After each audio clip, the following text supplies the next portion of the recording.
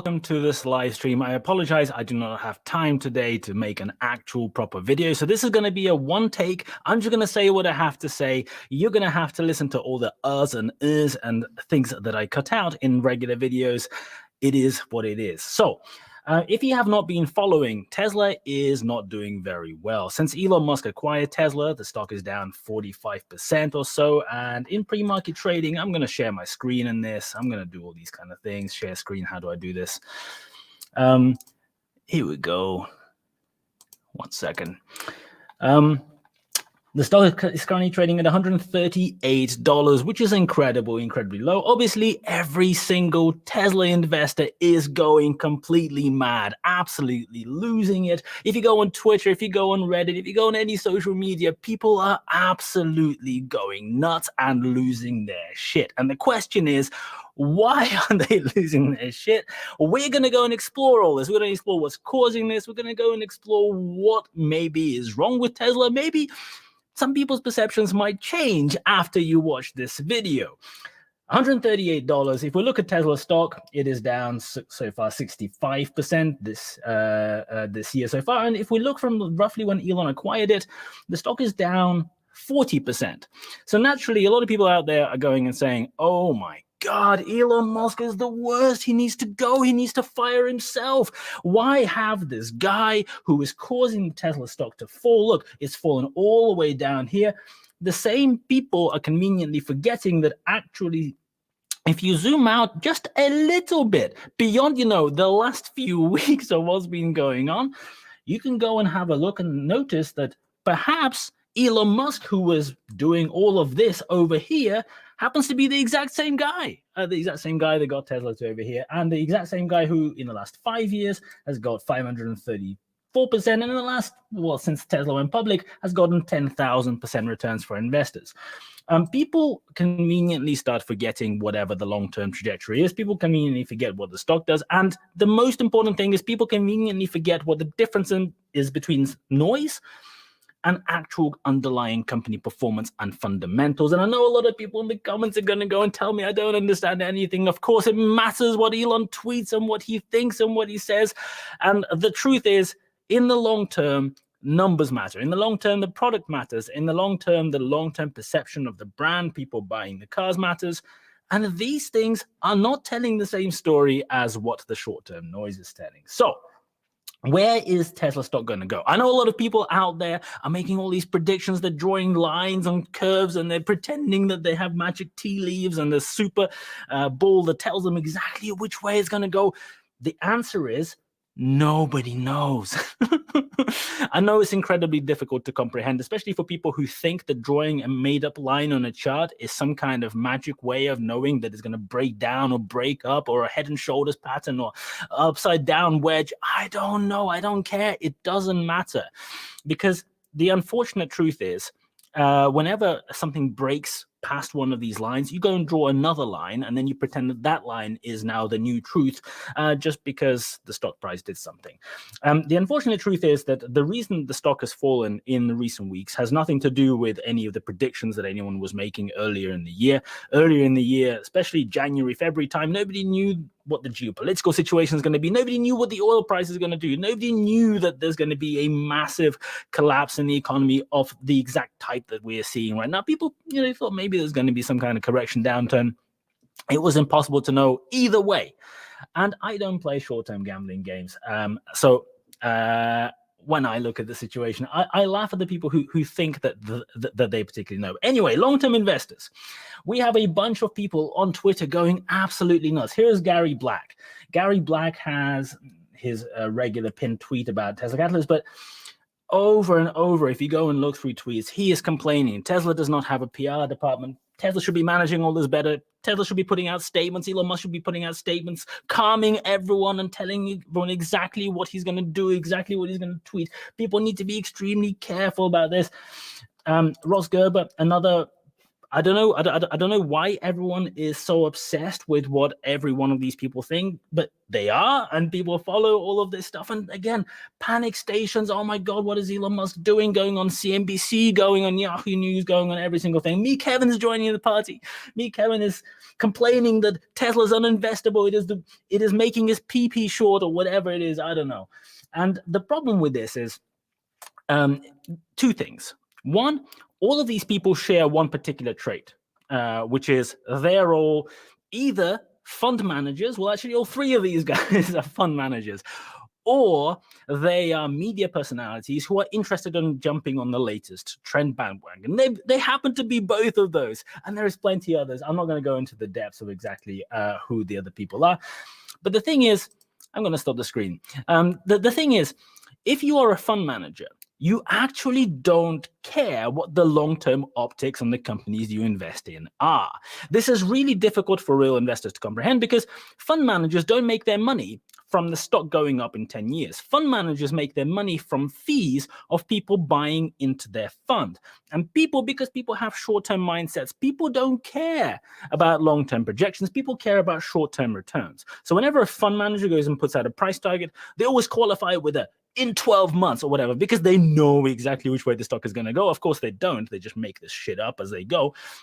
But fund managers make money because people invest in their fund. People put their money in their fund. They take their 0.75%, 1%, whatever it is, and that's how they get rich. That's the business model. They don't care if the stock goes up, if the stock goes down. They only care if people invest in the fund. That's their business. That's how they make money. If the stock goes up and less people invest in their fund, that is bad for business. If the stock goes down and more people invest in their fund, that is good for their business. If they jump on the latest trend bandwagon and go and say whatever people want to hear, go and line themselves up with the popular sentiment, more people are going to go and buy in their fund. The same goes for just people who want to build up public profiles. If you go and jump on the latest panic that everyone seems to be engaged in, of course, more people are going to go and read your tweets. People are going to agree with you and say, oh my God, Tesla stock is down, it's so bad. When you go and try to split the short-term noise from long-term fundamentals, it is astounding how different the two are. Because I look at it and I tried to go and try to understand what is happening. In the last, 8 weeks, Elon Musk has bought Twitter. It was at the end of October. And since then, Tesla stock has lost 40% because Elon Musk has tweeted something dumb. Elon Musk called some people names. Elon Musk tweeted right-wing things. Elon Musk published Twitter files. Elon Musk broke Twitter, fixed Twitter, broke Twitter 10 times already. It doesn't matter in the long term for Tesla investors. I know people think that all of this matters in the short term, what somebody said. Elon Musk has said plenty of really dumb shit in the past. He said it last year. He said it the year before. He's called random people really objectionable words. He said the same stuff 5 years, 10 years ago. And you know what? Time is a really amazing thing that happens to go and kind of forget all the noise. And what matters is how many cars Tesla sells, what additional things Tesla sells in services and software, additional features, what other products Tesla releases, how many people go and continue using those products in the future, how many people replace their Tesla cars with the new Tesla cars when the time comes to, because people have brand affinity, that all of this kind of stuff matters. So Tesla apparently has a demand problem. Everyone is telling you that Tesla has a massive demand problem. By the way, some people in the comments are kind of asking, am I a Tesla shoulder? Tesla is the biggest position in my personal portfolio. I happen to talk about it more on my channel. A lot of people I know joined this channel relatively recently. You might not have seen my historic videos on Tesla, other stocks, stock analysis, my models, stuff like that. So I talk about what I want to talk about. So there we go. So Tesla has a demand problem, and the thing is, in the short term, this may even be true. There are several different things pointing to it. You can see that, car sales in general across the world are down. So they were down during the pandemic. They haven't recovered yet. We were sort of starting to recover. Then we have the war and the situation with the finances in Europe, people having less money to spend. People are having energy prices go through the roof. People are panicking. Financial crisis is happening. Inflation. They can't afford food. And these are real factors. The entire market is down. It is perhaps not surprising that people are a bit more hesitant to buy cars, especially cars that are priced at the median price and above, which is where Tesla operates. However, at the same time as all of this is happening, Tesla's production and deliveries are growing. Tesla's Q4 is already pretty much bang on certain to be a record based on the numbers that we're seeing both in production and deliveries. It may be not quite on the pace that maybe some people expect, softer demand, and there are other things pointing to it. If you go and try to buy a Model Y here, look, I'm going to show you over here, by the way. I'm going to show you. Where is it? Here we go. Here is the Model Y order page for the US market, and if you're looking at this page, one thing that's missing is they removed the order button, and you can only now have the buy now button. This is pretty important. The reason they've removed this, you actually can have it down here if you custom order. This was always the more prominent button, is if you click this, you can now go directly to the inventory. And if you go and type in a postcode, so there's none in California, but you go and type in a New York postcode, you can see a bunch of cars. And if you go and view the details on one of these cars, and then you go and click through because you want to buy one, you'll notice that there's this December delivery credit of $7,500. This is something that came in the last 24 hours. And a lot of people are saying, oh my God, this means that they're not selling cars. They have a big inventory built up. They're trying to figure out how to sell these. And naturally, yeah, this is a US only thing. And yeah, in the US, there is, of course, going to be a bit of a slump in demand because in 10 days' time, when the 1st of January hits, in the US, there's going to be a $7,500 discount on cars bought at that point. So, of course, if anyone's taking delivery now, they are going to be slightly out of pocket compared to just waiting less than 2 weeks. So they are offering this thing. I mean, of course, this is pointing to insurmountable problems for the stock, a short-term discount to encourage people to take delivery before that hits rather than waiting and canceling their orders. But a lot of people are also pointing to the fact that in China, the situation is unclear. It is uncertain as to whether people in China are actually buying cars. Is there demand? Is there inventory being built up? There is, if you go to the China order page, you can go and order cars that are available immediately. And this may well be true. Look at this. This is inventory in New York. You go scroll down. There's quite a few cars available. They don't show duplicates of the same type of car. So each of these is an individual version with its in. So if there might be 25 or 100 different cars of exactly the same type over here with the same wheels and the same paint and stuff like that. But let me stop the screen. Let's talk about it. There are a number of other competing rumors. There is a rumor going at the moment where Tesla has apparently gone and in June submitted a new patent for a new high-resolution radar, and that radar may or may not be coming in mid-January. Tesla is very quiet on it. There's this letter that was shared recently in the last few days. The FCC was due to make details public this month about this radar, but they have requested this to be delayed until February because apparently they're going to be marketing this new device in mid-January 2023. So there are rumors that maybe Tesla is going to do a U-turn and bring radar back into their cars in mid-January. Maybe they're going to somehow integrate it with vision. I don't know. It doesn't really matter. This is what people are talking about. The point really here is this. There are short-term headwinds. There are going to be some demand issues during an unprecedented inflation spike. There are going to be demand issues because the financial situation is uncertain. People are panicking. However, if you go and zoom out just a little bit, look at what's going on in the market. The entire car market globally is going electric. Whether you like it or not, whether you think it's going to happen sooner, whether you think it's going to happen slightly later, this is happening. Some of the car manufacturers don't seem to want to move with the times, and those car manufacturers are going to die. Toyota is still announcing, they announced yesterday, I think it was, that they don't think electric cars are necessarily the future. They think that maybe hydrogen is the future with an infrastructure that is pretty much impossible to actually build. I think maybe ICE vehicles are actually going to be here to stay. There's going to be other companies. I don't really care which one. There are some of the existing companies, as with any technological change, are going to die. And when these companies go and die, somebody has to replace them. There is a global demand of circa, once we get back to normal run rate, 80 to 90 million vehicles. There are 2 billion vehicles on the roads that will eventually have to be replaced when their end of life happens. And they're going to be replaced with electric cars. And people keep saying that Tesla has a competition problem. There's all these new EVs coming to market. And of course, Tesla's share of EVs is going to go and drop. And the problem is, it doesn't matter. Tesla is not competing with every single other EV. Tesla does not need 100% of the market. When iPhone came out, Apple had 100% share of the new genuine smartphone market, with a screen that you point your finger at. That has since dropped. Apple now has 18, 17, 14%, depending on which data you read, market share. That doesn't stop them being an incredibly profitable company. That doesn't stop them being the most valuable company in the world. Because, of course, as more and more people release products, some people release products that are aimed at lower margins, cheaper markets where Apple will never compete, they're going to steal market share. But that doesn't mean that Apple itself is not going to do well. If you go and look back at what happened at that point in terms of how many of the existing manufacturers adapted well, like Samsung, and how many did not, when we're talking about BlackBerry, Motorola, etc., Nokia.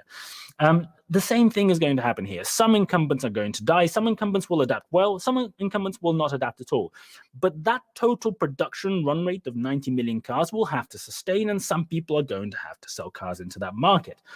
There are some massive advantages that Tesla currently has over other manufacturers. They're the only company currently that are able to go and manufacture cars at scale, at real scale, that are fully electric. There's BYD in China. There's manufacturing cars where a lot of them are hybrids, but they're also manufacturing cheaper end electric cars, which are designed on non-electric basis but don't have an ICE engine in them, and the margins on those are entirely different. The number of components in them are entirely different. The way that the structure is made is entirely different. And sure, there is going to be BYD selling cars in China. There's going to be Ford selling electric cars. There's going to be Volkswagen selling electric cars. It doesn't really matter. I know it's very difficult to understand and comprehend, but you don't need 100% of the market to have a successful company selling cars in a product which has a huge global set of demand. If you go and look at the recent news about FSD, it is getting extremely strong, especially in the winter months. The performance is through the roof. And this is another thing. A lot of people say, look, like GM is having their own solution, Volkswagen is having their own solutions. There's a lot of people building these weird geo-fenced HD map-based solutions, which are basically treating cars as trains driving on tracks with a very specific predetermined route map, where if anything goes a bit out of whack, the road layout changes, the road works, other things happen, the car stops being able to drive. This solution is not scalable. The solution is not in any way practical. This solution will not work in remote Bulgaria, ever. Nobody's going to go and map every single road in the world continuously in full HD, 4K, whatever definition, so that every single object that is anywhere near the road pre-exists on these maps.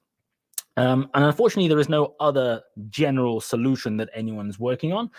What that does mean is whenever FSD gets good enough, the amount of revenue that Tesla's going to be able to make from it is going to be pretty stupid, because other manufacturers will have to buy that solution because nobody else is making their own version.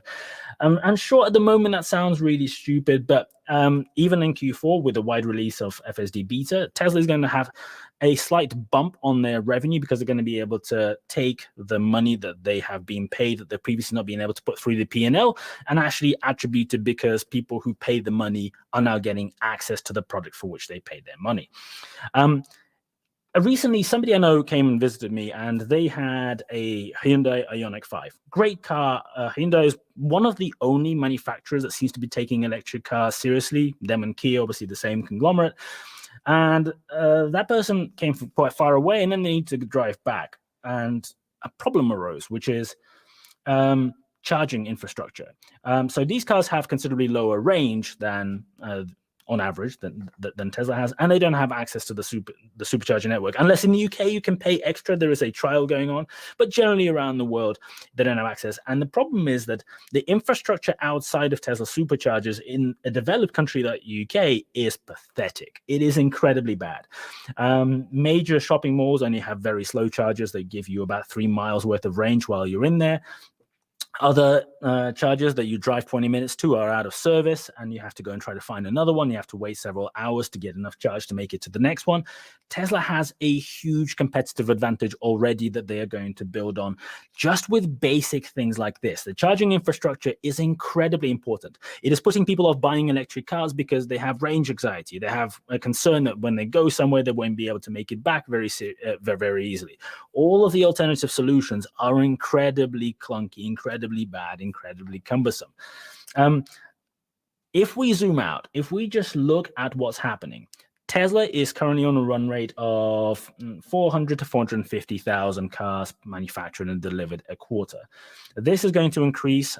They have recently brought over the guy who built up the Shanghai factory to the current production rates to Austin. Austin and Berlin in the last few days both hit 3,000 cars produced a week. So the run rate there is already on 12, 15,000 cars a month, which is pretty substantial for a factory that only opened earlier this year, sometime between Q1 and Q2. And those are going to continue to drive forwards as Shanghai did. Shanghai was manufacturing that sort of volume for quite some time before they began hitting their recent numbers of circa 80,000 cars a month on average. That is going to continue. There are ongoing rumors about Tesla opening a new factory in Mexico. I think it is this week. This week, everyone's sure it's going to be Mexico. I think 2 weeks ago, it was definitely Canada. And at some point, it was definitely UK. And at some point, it was definitely Brazil. And at some point, it was definitely India. And at some point, it was definitely Indonesia. At some point, Tesla is going to go and announce new factories. It is pretty certain because in the long term, if you ignore the perturbations, the demand for these cars is incredible. The reason it's incredible is because electric cars are considerably better than ICE cars. If you take out all your rose-tinted spectacles as a fan or all your hate as a anti-Tesla person, whatever, demand for these cars is going to continue because they are fundamentally better in every single way. It's a fact. Hopefully at some point I'll get a Tesla. I'm on the Cybertruck wait list. Hopefully at some point they're going to come to the UK. Maybe they're too long, but we'll see. And in the long run, Tesla will continue selling cars. If you are an investor for the long term, if you actually have a model where you go and try to understand what the long-term optics for the business are, if you ignore the short-term perturbations or who said what on Twitter or who is selling which shares, it doesn't matter if somebody sells a load of shares and pushes the price down in terms of what do you think the optics for the business are going to be in 2030. If you go and look at what's actually happening in the macro, who the leader in the industry is, who is pulling away from the others instead of like trying to, I don't know, poke sticks at electric vehicles and try to say, oh, yeah, they're too bad for the environment because the power station also uses, yeah, sure. Currently, the grid uses a lot of non-renewable energy sources, but they do use more and more and more renewable sources. And this trend is also only going to continue until we are pretty much 100% nuclear and renewable sources and storage. This is going to continue whether you like it or not. So unfortunately, the long and short of it is, all of this short-term noise, I just look at this, I read all the tweets, I look at all these people panicking, selling their shares. And it's funny because we talk all the time about, you know, should you sell shares now? Is it going to go even lower? Maybe. I don't fucking know. I don't care. I don't try to know. The reason I don't try to know is that I know that mathematically on average, you might go and make a bet that the share price is going to go down and you might win. And you might win a lot of money. And I know on Twitter at the moment, because the stock is down, everyone who made a downward bet is jumping up and down and singing self-praises and saying, look, I am the smartest guy ever because I predicted this perfectly. And sure, if you flip a coin and you predict it's going to land heads, if it lands heads, you can pat yourself on the back and you can say that you are the God's gift to trading. Unfortunately, especially as somebody who's actually worked in trading, unlike most of the idiots who play pretend games, I know that most of the stuff that you see on social media, most of the analysis, the technical analysis that people think that is some kind of smart analysis because they drew a line matching two bottoms of a curve and they think that somehow explains something. Unfortunately, all of that is absolute bullshit. I'm sorry. I know that I'm going to bust a lot of people's self-worth by thinking that, you know, they took a chart and it has a wedge and therefore, of course, the stock is going to go and do something. Unfortunately, if that was always the case, a lot of people will get very rich very quickly because you could just go and do the same thing every time you see the same pattern and multiply your money like freaking Monopoly money. It will be extremely easy, right? But for some reason, reason, for some weird reason, none of the richest people in the world are traders. I don't know how or why that is, because apparently you can go and make ridiculous 1 bazillion% returns. And unfortunately, even investing doesn't make anybody rich. I know, again, I'm so sorry. I'm so sorry to break this news to you, but investing is not a way to get rich. It's not a way to get rich quick. It's not even a way to get rich slowly. Investing is a way to ensure that the money you have earned grows above inflation and actually delivers substantial good long-term results. But you have to earn the money in the first place. You can't go and deposit $10 into your investing account and make that into $1 billion in 20 years' time. I know, again, the truth hurts. I know, it's really bad. But here we go. Tesla is performing exceptionally. If you go and look at the production numbers, last month, Tesla had a record production month in Shanghai. 100,000 vehicles, of them about 60,000 or whatever odd were sold in China. The rest were exported. They're going to continue exporting a lot of cars. In Europe, there's still demand. In Australia and New Zealand, there's a wait time. And the wait times have come down because Tesla's moving to a different model that they announced themselves. They have said before the start of Q4, and when they were talking about Q3 results, they said that they've stopped doing the delivery push at the end of every quarter. They said that from now on, what they're going to be doing is they're going to be doing regular sales process where they take cars, they ship them to a country, and then people can go and buy those cars whenever they want, at the beginning of the quarter, in the middle of the quarter, at the end of the quarter. It doesn't matter.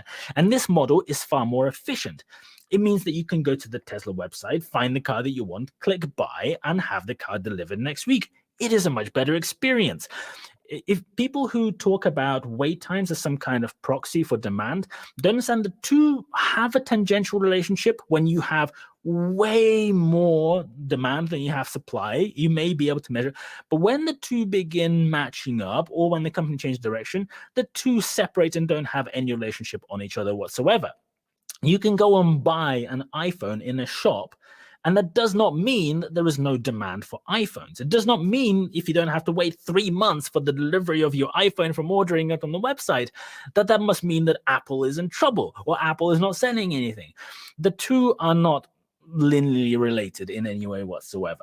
The fact that you can buy cars live is a good sign for the long term. It means that more people are able to buy the vehicle. A lot of people do not want to wait 6 months or an unspecified amount of time. People might need a new car because their car broke down and they don't want to pay to go and have it fixed for the 20th time. People might need the car next week or the week after. People have all kinds of situations where they're not going to wait years for a pre-order to fulfill. This is good news. In the next few weeks, in the next few months, there's going to be a lot of stuff. Hydra in Italy have finished the Cybertruck press that's being shipped. They started building the second one. You should go and follow their Twitter account. You should go and follow them on other social media. Nobody does. They have hardly any followers. They're the guys making the presses for Tesla in Italy. Then they pack them up and ship them over to Texas or wherever they're needed. They're building the second Cybertruck press now. So if you think about what that means for Tesla's projections for how many they're going to be manufacturing and selling, it's pretty interesting. This is far bigger in terms of a structure than anything Tesla have put in place so far, because it manufactures a bigger car out of much harder material. You go and look at all this stuff. You have the 4680 batteries coming. Obviously, Austin has started significantly increasing its production in the last few weeks, and nobody's noticed because nobody cares. Everyone's busy looking at what Elon's tweeted or who he's offended or something like that. And the fact is, if you own a car that is not a Tesla, do you know what political opinion the CEO of that company has? Do you know what they tweeted last week or yesterday? Do you know what they think about particular people? No, because you don't care. You don't care. I don't care. Nobody cares. The average buyer of a Tesla car does not give a shit what Elon Musk thinks. They want a car that suits their needs. They want a product that they think is superior to other products available on the market, or just available. Because with EVs, it's incredibly difficult to go and find a car that is available. They want a car that, has the potential to have significantly more advanced autopilot and similar features compared to any other car that is available on the market. They want a car that has really amazing infrastructure in terms of the media compatibility, being able to do all the different things that Tesla does, remote control. It's that people want a product that just works. They want a product that is well manufactured and well built, with less parts that can go wrong, with less things that will need to be fixed and replaced at great cost in the future, which is exactly what Tesla is doing by removing parts, by simplifying design, by making structural changes to the vehicles, which do not need you to come back to the service center every single month because something else has gone wrong with your car in 5 or 6 or 7 years' time. I'm here for the long term, and I don't see absolutely anything. Sure, in the short term, there will probably be some noise. There's probably going to be some demand issues because every single other car company also has demand issues. We're in a financial crash. Like, you might not think it, but we have a record inflation figure. We have crazy numbers across the board. But it doesn't matter, because if you are here for the long term, you're going to go through the ups, you're going to go through the downs.